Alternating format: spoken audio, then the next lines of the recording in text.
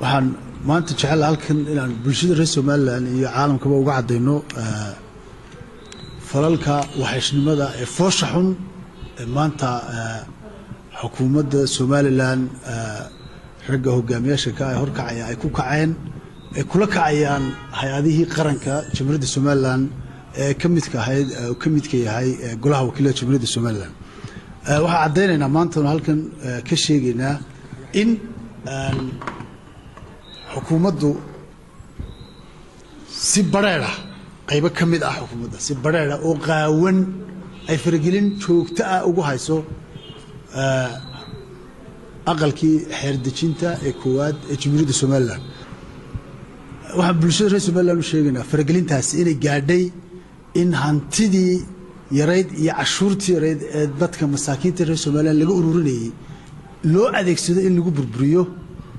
nidaamkii noo dhisnaa dhammaantii sababtoo ah marka golaha wakiilada burburkiisa laga shaqeeyo ee xukuumaddu isu soo qaawiso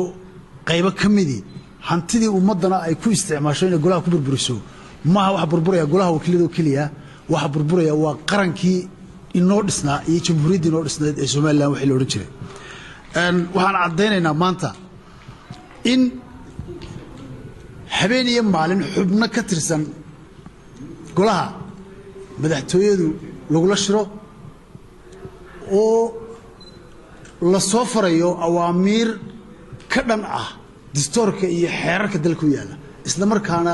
gaadhsiin kara qarankan burbur hor leh golahana burburin kara waxaan uga digaynaa una soo jeedinaynaa in faraha kala baxdo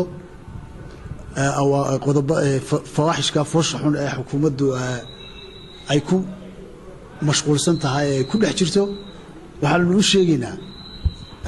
madaxweynaha Jamhuuriyadda Soomaaliland ee maanta waddanka dib ugu soo noqday ee sheegay in golaha wakiiladu uu yahay mid ka madax bannaan hawlihiisana u madax bannaan in hawlihii golaha wakiilada madaxweyne xukuumaddaadu faraha kula soo jirtaan uu ku cadeynaynaa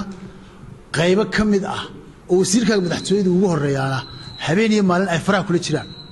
oo ay gaadheen in ay iyagu gudoomiyaal ka noqdaan guddi hoosaadyadii golaha wakiilada qaarkood sida guddiga joogtada oo kale waxaanu cadeynaynaa oo naloo soo sheegay in guddiga joogtada xubno ka mid ah xirsi uu gudoomiye u noqday oo uu gudoomiyey in xeeroosaadkii golaha wakiilada wax ka bedel lagu sameeyo marka waxaasoo kale waddanka ka dhacaana way dhaaftay dastuur jabin way dhaaftay nidaamkii noo dhisnaa oo lagu tunto waxay maraysaa in dalkii uu noqdo burbur horle ay u horseedo arrimahaasi maaha golaha wakiilada kaliya waxa arrintaasi ay burburinaysaa maaha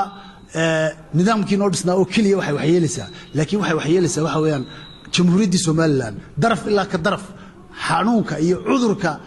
foosha xun iyo fawaaxishka golaha wakiilada ay kula dhex meerayaan ragga oo wasiirka madaxtooyada u horeeyana waxaan u sheegaynaa inaanay ku eekaan doonin dabkaasi iyo fidmada ay golaha ka dhex abuurayaan golaha wakiilada kaliya ee dhammaan qaranka ay wada gaari doonto madaxtooyaduna uga horeyn doonto waxaan uga digaynaa madaxweynaha tallaabo degdeg ah inuu ka qaado arrinta dibna uga fadhiisto kuna eekaadaan hay'adihii sharciyan ay xaq u lahaayeen ee dastuurku jideeyay madax bannaanidii xeerarka dalka iyo dastuurku jideeyay ee golaha wakiilada iyo qeyrkooda uga madax bannaaneen inuu tixgeliyo oo sharaftii iyo karaamadii qaranka lahaa u ilaaliyo haddii se ilaali waayo oo madaxweynuhu arrinta tallaabo degdeg ka qaadi waayo ma noqon doonto dabka halkan laga shidaya mid ku eekaada golaha wakiilada kaliya kursi walba uu gaari doonaa dalkana uu